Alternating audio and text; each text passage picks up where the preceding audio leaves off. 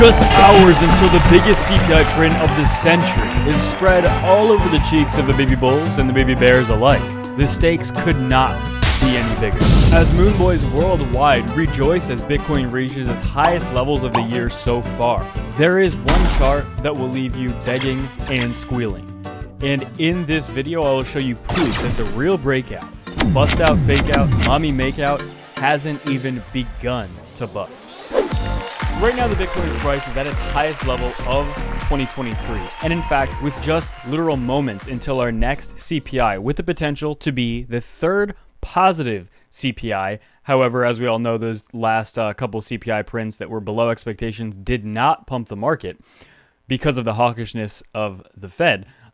Will this CPI be any different? Will it be the very first release since these rate hikes really started hiking up that Bitcoin, crypto as a whole, the stock market, and the moon boys will feel the love again?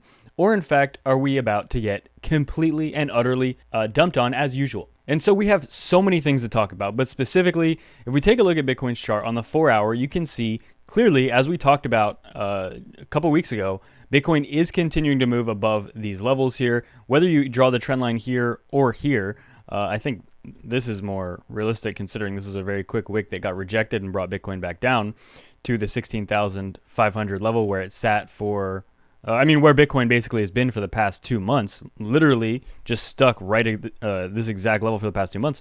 Bitcoin is moving out here, but on the daily chart, something even bigger right here is that Bitcoin, this goes all the way back. Again, if you look on the daily chart for Bitcoin, to 2021, this is basically like the first attempt of the downtrend line of Bitcoin's price. Now, if we remove this, you can see this center line here where Bitcoin has come into contact and got rejected so many times.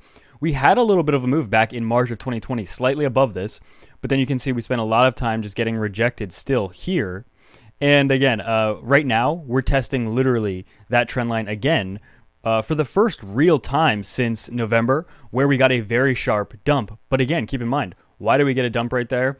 That was exactly when FTX spilled the beans. Or you could say Sam and his absolutely beautiful, by the way, girlfriend Caroline, ex-girlfriend, rest in peace. I hope one day they rekindle their love. It would truly be a comeback story that's I think most people in crypto would completely appreciate.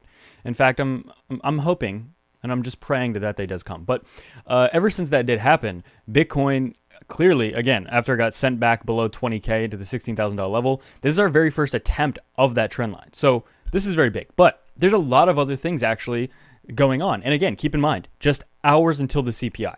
So first, we are still in a capitulation level, according to the NUPL, net unrealized profit loss, meaning historically, the amount of drawdown we have where we are in comparison to the past, this is one of the best times to be accumulating, one of the best times to be longing historically, right? It's not my opinion, but going off of data of the past, this, if the data even has the smallest inkling of credibility, this is a very good place to not be bearish, right?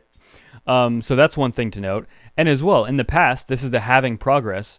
As Bitcoin has been about 66% towards the next halving, all bottoms in the past have been in. And you can see that illustrated here on this chart. Back in 2015, okay, 66% of the way through, the bottom had already been put in. Granted, they were still sideways. And same thing here. Bottom had been put in, but they were still sideways. And if history repeats or is even similar, then we might see something similar to that. Especially considering we've had more legs down in this bear market than we had in prior ones.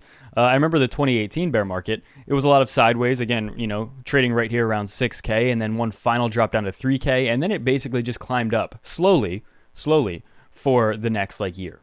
But Bitcoin now has just been trade sideways, down, sideways, down, sideways, down, which is not similar to the past. And again, there's a lot of reasons fundamentally in the news, like FTX collapsing, like Celsius, like all these different companies collapsing, that has been the reason for that. But also, we have to keep in mind that we are very close. I mean, I personally think we are in a recession, right? But as you can see here, personal personal savings in America are like at an all-time low, basically, not seen since 2008. The savings rate just collapsed down to 2.2%, the lowest level ever, apparently, according to this article. Americans are running out of money, and the last time it was this low was 2007, right before the global financial collapse. Major recession warning. And keep in mind, one of the reasons this is happening is because the Fed is trying to tame inflation. And to tame inflation, they basically have to crush the economy. Because if inflation becomes entrenched by them not raising rates, then that's a much bigger problem. They've said that that's a much bigger problem than causing a recession. What they're basically saying is that what they're trying to do is cripple the economy, right? That's why we're seeing everything slowly get crippled by raising these rates. And they're saying that they can fix it if they crash the economy. But what they cannot fix is if inflation becomes too entrenched and, permanent. They don't want that. So, I mean, do they know what they're talking about? Who knows? They didn't know last year when they said that inflation was going to be transitory. They were wrong about that. Will they be wrong about this? That is the trillion dollar question. But so if we take a look at Bitcoin's chart specifically, again, we are having a nice move to the upside, breaking above 17.9, or basically 18,000, and holding there for even a day would be the best price action we've seen for Bitcoin since the collapse at the beginning of November. So we're very close, and it absolutely is possible. Now, again, we're having a nice move to the upside, but we have to keep in mind CPI comes out, and if the market doesn't like that, then we are going to dump, and that's simply.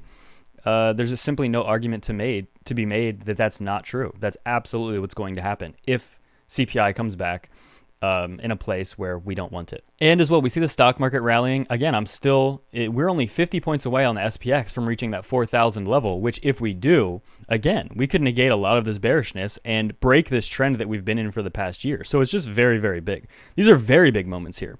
The DXY, again, still sitting basically at the low. And very exciting time. There's literally only hours left until this CPI release. It will be, I think it's going to be very big. I'm going to be getting up early and, keeping my eyes glued to the charts. Think of it this way. If the CPI comes back below expectations tomorrow, Bitcoin will pump, Bitcoin will bust harder than you could ever imagine. And the stock market should as well. But the thing is, we have to keep in mind, the Fed does not want that to happen. The Fed does not want the stock market to start pumping. They do not want risk on assets to start pumping. We are starting to see used car prices, housing market come down. We're seeing the effects of these rate hikes, absolutely. Now, the big question is, can the Fed balance crippling the economy with absolutely destroying the economy? Can they balance raising these rates, slowing down spending, but also prevent everything from collapsing? That is the big squeal. That is the big deal. And it's just very big. Absolute time-sensitive alerts. Take advantage of absolute massive bonuses with BITGET and BitGet below. Specifically, if you sign up with my links to BITGET or BitGet below, massive deposit bonuses, welcome bonuses, and 0 fees for spot trading, which I believe is the biggest pro of signing up with my link below. And without any further ado, that's it for me.